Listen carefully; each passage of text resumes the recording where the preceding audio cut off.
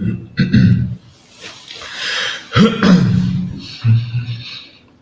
guys, how are you all? Sorry for the slight delay. I'm still having issues with my webcam because these new office, these lights behind me really cause a bit of issue with the lighting on my face. And yeah, I have got a jacket today because the heating's not working and winter is upon us in Greece. That's right, even Greece has cold.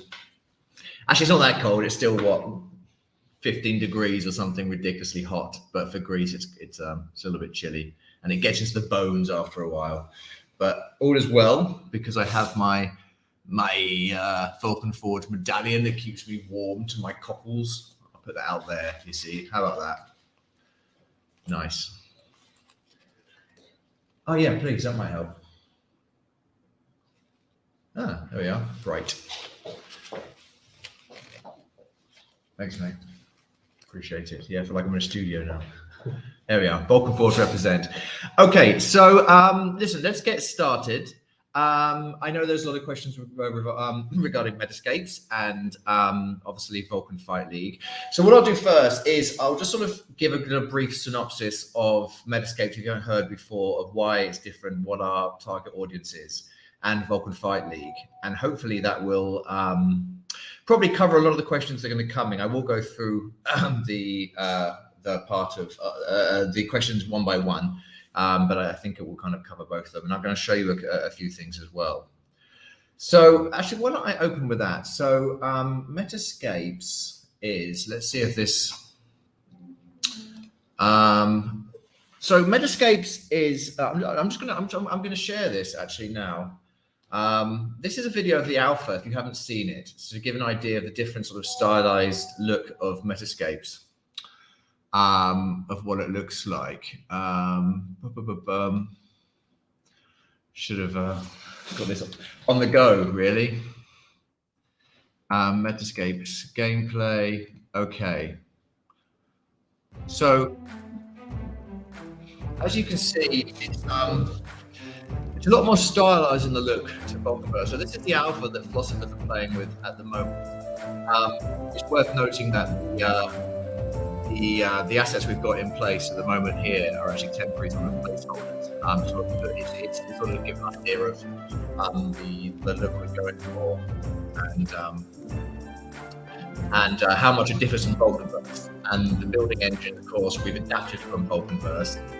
It's a lot more flexible in terms of what you can do in terms of terrain, the size of the paintbrush. You can change the sort of the tree, the pivots of every asset, make the lines where things go and sort of they can follow. I don't know if you can actually hear me talking. Maybe not. Oh, you can't hear me talking at all. Can you hear me talking? Or are you just watching the video? Or is it only me talking? I'm just talking to nobody. Right. Okay. Wait for us to finish that at least.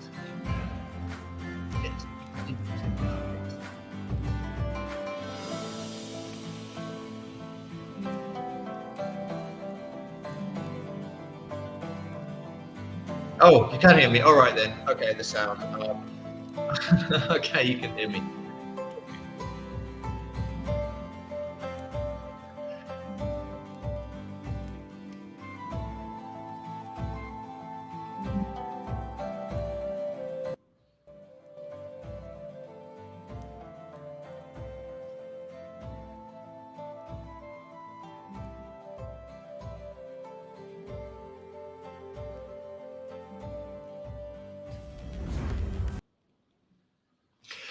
Okay, so as I was saying in the over the top of that was as you saw by that video, I mean the graphics are a lot more stylized, a lot more sort of, well, that's actually the cartoon theme of the 4 themes we're releasing. The assets there are actually temporary for now.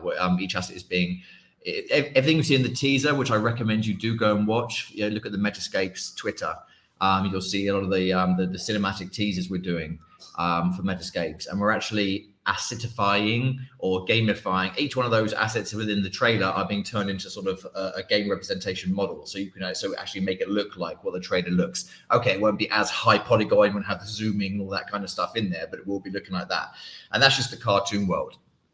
So the whole idea of MetaScapes really is that I always say it's Minecraft on blockchain, but the way it differs is I think a lot of people say, well, what's the purpose? You're just making something to create and look around. Well, yeah, in essence we are, but there's no shortage of market of that, as I said on the previous AMA. The main difference is not only are you creating your own Metascape with all these assets and sort of like leveling it up with peer, as I spoke about this in the AMA, how peer is going to be using Metascapes. But the main difference in how Metascapes differs from just having like a world and like Minecraft is that instead of using the whole play to earn model, you're monetizing your creations. So everything's being like made offline. So you would choose a theme, for example, the cartoon world, which this one was. You would think, okay, well, I want to upgrade this. I've got a lot of talent here. I want to sort of purchase this asset with peer or enable this functionality. And I'll talk about the functionality in a minute in terms of gameplay. And then you create your plot, and it's all offline, so it's not real time involved and the need. So we can get away with a lot better polygons, a lot sort of stronger assets because it's all offline and sort of the world's loaded and you can walk around in it. Whereas Vulcanverse, we have to kind of come back on the polygons a little bit because everything's being updated in real time. You're literally seeing things constructed around you, which means it's a lot more heavy on the servers. So I think, to that extent, what we've made with Vulcanverse is actually, let's not take for granted how great it looks because everything's being edited around you while you're there and it still looks pretty dope and it's still gonna look even better. But Metascapes, you can do offline. So you build your plot offline. And then what you've done is you've created an NFT of what you've made. So don't forget, every time you finish, you're saving your plot. You can build it offline, you can save locally, and then you think, okay, I'm now going to render this to my NFT because we've got, I would say, I guess, a smart NFT where the metadata can be edited. So you've got your plot, you save it, lava is burned, and the new plot is saved in NFT. Now you can either connect that to your Metascape you have already, or you can sell it to someone else who has a cartoon themed Metascape. So that's where the whole sort of value proposition comes in. So not only are you making like a world which can be explored by your friends or yourself, and it can be based around, I don't know, a brand if you're a company or your own, I said before, like your hometown or however creative you want to make it, you can create a plot that's actually monetized. And then look, I've invested all this peer and created these assets and create this wonderful plot or a set of plots. Whoever wants to buy it for their Metascape and attach it to it can. So you've got this economy within of all these different plots added. So that's where it differs. So it's like it's adding value and sort of monetization to what would be Minecraft. So all these people making these incredible Minecraft builds, which is actually sort of quite pixelated. Imagine being able to turn the build they have into an NFT and other people can explore it. So the key really with Metascapes is not so much giving like where Vulcanverse, it's like very much fixed in terms of Greco-Roman fantasy quests. You do this and like sort of turning into an MMO RPG. Yes, we know it's not World of Warcraft yet, but that's where we're going. It's more so the more tooling we can provide to you guys, the more opportunity there is to sort of create what you want. I know someone made like, I think they made the visualized code of, what was it, Pokemon in Minecraft, because they had the tool set to do it, just like Roblox. There's a tool set we're providing. But listen, I'll get into the gameplay features. Maybe as we go through the AMA questions, I can sort of pull up some of these in a bit more specific.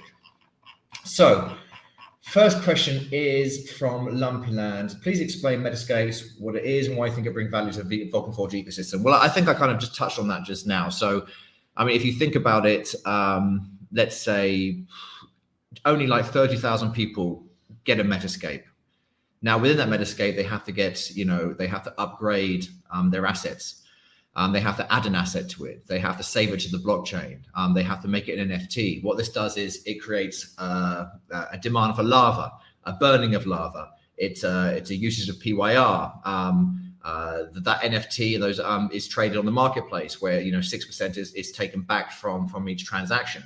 So basically, just the more usage of Metascapes, the more usage of assets, more upgrades, the more plots change, the more users are there. Just the more the economy is used. So that means more marketplace transactions, more lava burn. So it's really a direct correlation. Just the more it's used, the more the economy is stimulated, whether that's marketplace transaction NFTs or whether that's lava burn. And again, people love vanity, people love creativity, and it's limitless. Whereas Vulcanverse is limited to like 10,000 plots. MetaScapes can literally be 1 million people can make a MetaScape, and and invite their friends to it. And it's loaded, it's made offline, it's loaded, and you can explore it. So again, the key is to sort of give people as much creativity and flexibility in what they want to do, and then that is as opposed to dictating what they should do. Okay, there's a question about Galactic Fight League. I'll come back to that because I think it's probably better to do MetaScapes first and then move into the Fight League questions after. Coin1x1 says, what are the possibilities of profit from MetaScapes as an investor if I don't want to run my own metaverse? It's a good question. I suppose the best way to answer that would be, in any NFT world, would be flipping, I suppose. If you don't want to create anything at all, have a look for those that have created some good plots, or they've added a lot of functionality to their Metascape, scoop it up before someone else does, and then just sort of, flip it to someone that may want it in the end. I guess it's like saying, what's the investment proposition for NFTs? I guess it's sort of, trying to sweep the lows and sell the highs. And of course, if you believe in the future of Metascapes and PYR as a whole, then I guess you could get PYR, but that's not financial advice, of course. Or if you see the potential in lava being burned through Metascapes, then I would perhaps think about getting lava. But again, that's not financial advice. So it's very hard for me to answer that question without sort of crossing into sort of finances. But yeah, these are NFTs, so you can sort of pick and choose as you will. In the last Man Bear Pig, what a great guy. In the last AMA, you said Metascapes is more about building things, kind of like terramorphing, not about gameplay. How are you going to keep the players busy when it's designed only for building and not gameplay? Okay, well, yeah. Again, I think I did answer this last AMA. So the primary focus is creativity. I don't think we should negate that, the need for people who want to create. And the fact that we're not involving play to earn in this means we're not paying people to play this game. It really is an ability to sort of show off what you can make and invite your friends to it. And we know about the 4 different lands of themes: the futuristic, the cartoony, the fantasy, and the modern one. So there are 4 different themes you can create.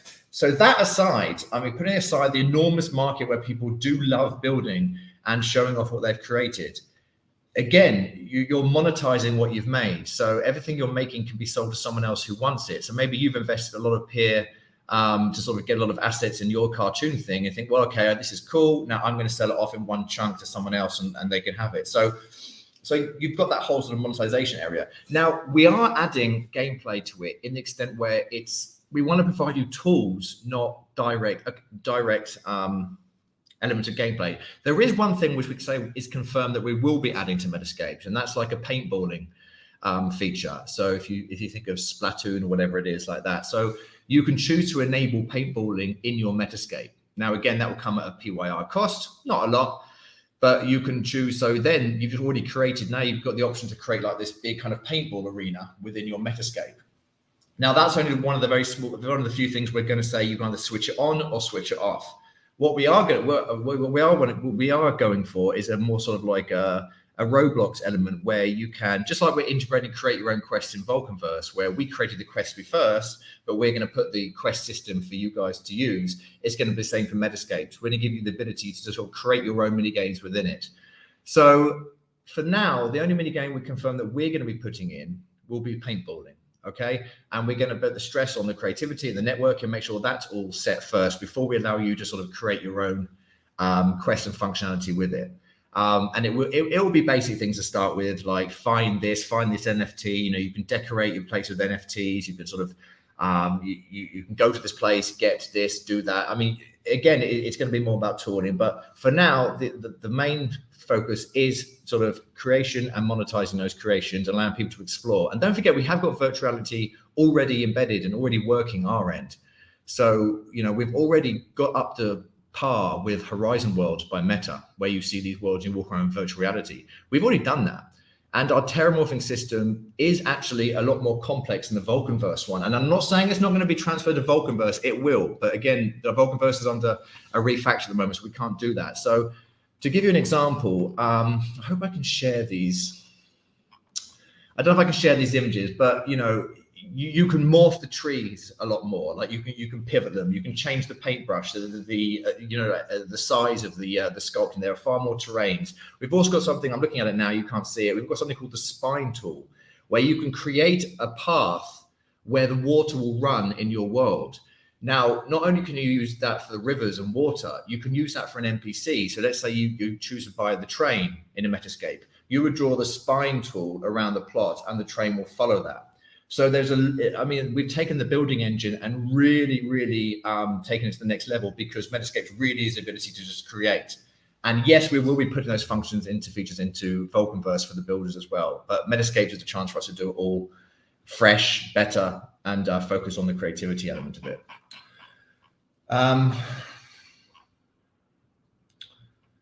Is there a plan to add tutorials, sort of build along, ask MetaLiz, to help showcase how each tool works? Yeah, there is. We're doing it on Metascapes. I mean, that's something we want in Vulcanverse too, really. It's just like lots of tool tips for the first time you're in. Again, Vulcanverse, we kind of worked from the outside in. With Metascapes, we've got a chance to work from the inside out. I can confirm that we've got, I think maybe 20 schools in the UK confirmed that are going to have like a school version of Metascapes installed. Because don't forget, I was a teacher before I moved into all this stuff, and I've actually got a master's in education, if you care. And so I do know quite a lot of the people in local education authorities in Kent, Gloucestershire, and Sussex, and they've all agreed to sort of create an educational Metascapes package within their schools to give people their first look at kids, the first chance to explore what is an NFT, what is a metaverse, so they can create their little plots offline, they can decorate it, and they can see it being saved to the blockchain with a tutorial of what they just did. We probably won't be using full-on money there, but it's more kind of like it's just to get exposure. Like, remember, a lot of products start at the school level for free, educational packages. And then that gives people the addiction so they can use it outside of school. So they can play it on their school game for free. And then they go home and they use their mum and dad's credit card and play it for real, is the ultimate goal here. So again, this is all about a way to sort of bring it to children. I think once a few schools love it, I really want to sort of crack the UK school system with that. But we'll see.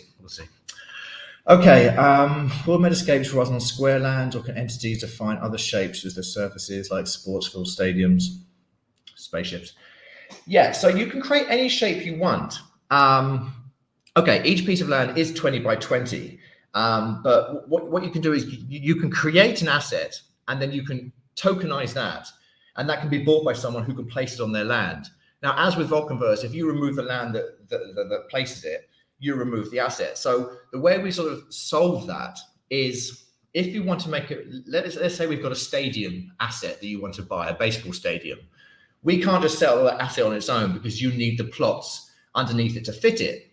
So what we did, and this is quite a good idea because we couldn't do this in Vulcanverse because limited to the plots, is we sell the asset with the plots underneath. So if you want to buy a baseball stadium that's going to cover 20 plots, you'd have to buy the 20 plots with it. So you could only fit it. So you'd connect it to your Metascape, if that makes sense, with the plots underneath. Instead of trying to put like a stadium on a bunch of plots that won't fit, you buy the 20 plots with the baseball stadium in and put it on. And then you can decorate the baseball stadium, and someone else could take that and they could fit those 20 plots into your Metascape. So just think of the underlying base of the assets instead of the assets themselves putting it on. So we're making the base first, which is so much easier to do. Obviously, we can't do that in Vulcanverse because you're very limited to these square plots. Will Metascapes come with options to make stuff interactive? Yeah, I mean, again, we're making it from the base upwards, where anything can be added on top of it. I'm going to read what the developer said here. So we plan to make the world interactive with a category of building assets that allow the player to interact with it. Imagine a door. Instead of a static door, the player will be able to open and close it. Levers, moving platforms, anything which has any type of interaction can lead to another piece of code. This way, interactive building assets can be linked to a type of gameplay or a logic. We can't share with you what kind of gameplay we're putting in yet, as the design's not finished. So yeah, we're leaving everything to have like a hook, as it were. So every sort of piece of thing you do has a logic element connected to it. But what we choose to allow you to put in, I guess, we can't really divulge yet because we haven't decided, I suppose. Will mobile availability in MetaScapes accelerate? Yeah, will there be mobile availability to accelerate mass adoption? We talked about this. The only way we can do this, you won't be able to explore MetaScapes on your phone, but what we can do is the ability to organize your plots and see what you've got. It's just NFTs with iPhone App Store right now are under such scrutiny. It's very hard to do that. I mean, I would love the idea of maybe just like clicking on someone's Metascape on your phone and just walking through in an AR augmented reality view. I don't see why we can't do that because we've already done that with the Vulcan AR fighting thing, which is kind of like gathering dust at the moment.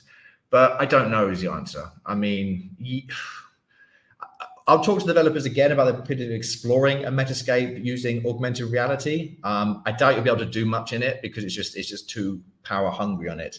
But yeah, without doubt, you'll be able to organize your Metascape at least and sort of change things around. Ideally trade, but it depends on Apple's policies on that. Cercian asked, will you build worlds for other companies and businesses to drive adoption? Absolutely. In fact, we do have a number of companies already which will be using Metascapes to create their world, their verse. Now, these will be bespoke assets, but this will be a separate thing. So, for example, not saying this would happen, for example, if the New York Mets, for example, wanted a baseball stadium or something, this would be using the Metascapes engine to create it and allow people in for a certain cost. For example, you know, or a certain fashion brand wanted to sort of make a verse, they would use a Metascape engine to kind of make that to allow people to explore. These would be separate than the 4 themes that the public would get. So yeah, so again, it makes sense from a marketing point of view and also a user point of view. Will games be integrated into Metascapes? Yep, there are plans to integrate games. We're already talking about little racing games, and paintballing is definitely going to be in there, but it's all about providing you tools to make your own games. And that's, I know it's harder work doing that way, but it's better that way. So it opens up to your creativity. Albert of Acadia talks about Vulcanverse and it's not fun enough yet. Yeah, we get that. Okay, so yeah. So here are some differences the developers list on the building engine Metascapes, which we will put back into Vulcanverse, but this is where Metascapes building engine has now. There's interactive assets, which can accommodate gameplay. So an asset can lead to a certain game or a function within Metascapes. Much more building and terrain tools involved in Metascapes.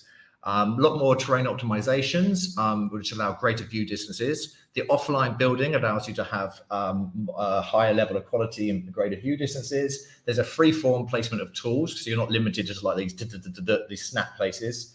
And dynamically generated assets based on user input, and a lot more building asset types. So while we're waiting for refactor on Vulcanverse, we can go crazy on the building engine on Metascapes. Anything we want to use into Vulcanverse after, we can. Okay, so let's go then to the Galactic, or should I say Vulcan Fight League. So let me share. So, okay, to give you like a short summary of what it is. So the whole idea of Vulcan, the Galactic Fight League was actually already made. There's an enormous game design document, and I'll show you that in a minute. The whole idea is like you manage a roster of fighters. So you have, you know, a group of fighters you train them in like BJJ, judo, karate, kickboxing. They have these different skills. You put them into fights. Now, the way the MMA stars have been brought in this, we've got Mighty Mouse, you know, Demetrius Johnson, and a couple of others coming on board. So these coaches, so you would pay these coaches X amount of dollars or peer, sorry, and then they would take a percentage. Obviously, we take a percentage, and you know, and your character will get like an upgrade in the skill set that they have. So the idea is we get bigger MMA fighters and then to upgrade your character. After each of the fight, there's something called a cryo chamber where you have to sort of rent out to kind of recover the fighter before you can go into fight again. There are gyms with different sort of training sets you can take part in. There's different fighters apparel. There's lots of cosmetics, and these are all NFTs, all sort of decorative clothing, helmets, gloves. And of course, you could sort of trap them. It's all a league basically. But the best thing to do is if I just share this, and you can see how complex this already is. Remove from studio. Present. Bear with me, guys.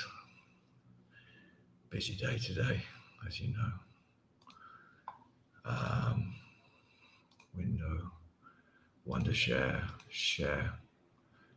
Okay, so you can see here, this is how complex the game design document is. So you've got everything from, you know, hiring fighters, boosting them. You've got the training stats here that can be used. You've got health, age, patience, types of training, all these different physical attributes, punching out all these different things. I mean, this was all designed before we even acquired it. Basic gym, mid-level gym, elite gym. You've got the sparring bots. I mean, this is so complex that it's just a case of us just letting them develop it, and everything just being on Vulcan Forged, on Elysium, I should say. So as you can see, it just goes on and on and on and on and on and on and on. So I mean, the GDD is massive. We're talking about like 100-page game design document, which is already in development. This is a bit more of a basic one. So yeah, so you're an MMA manager, you have a lot of fighters, you upgrade them and you put them against each other.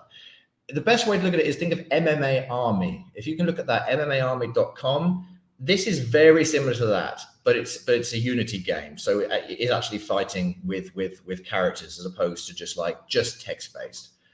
And you've got management, you've got combat, you've got all these other things. But again, this is something which is a case of us just letting it being built.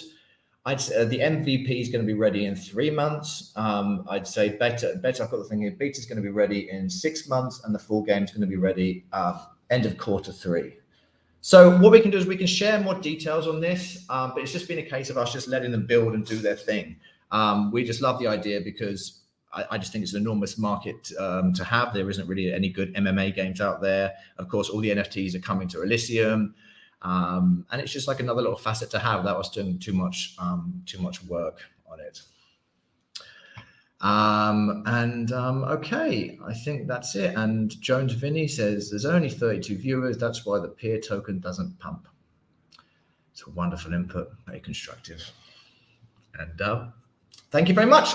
Any other questions, ask me in Discord. I'll be there. And yeah, thanks very much, guys. Cheers. Bye-bye. And I'll share that video with you in the general channel for those that saw the alpha play, because I think you can see how far we've come along with it. Okay, cheers now. Bye-bye.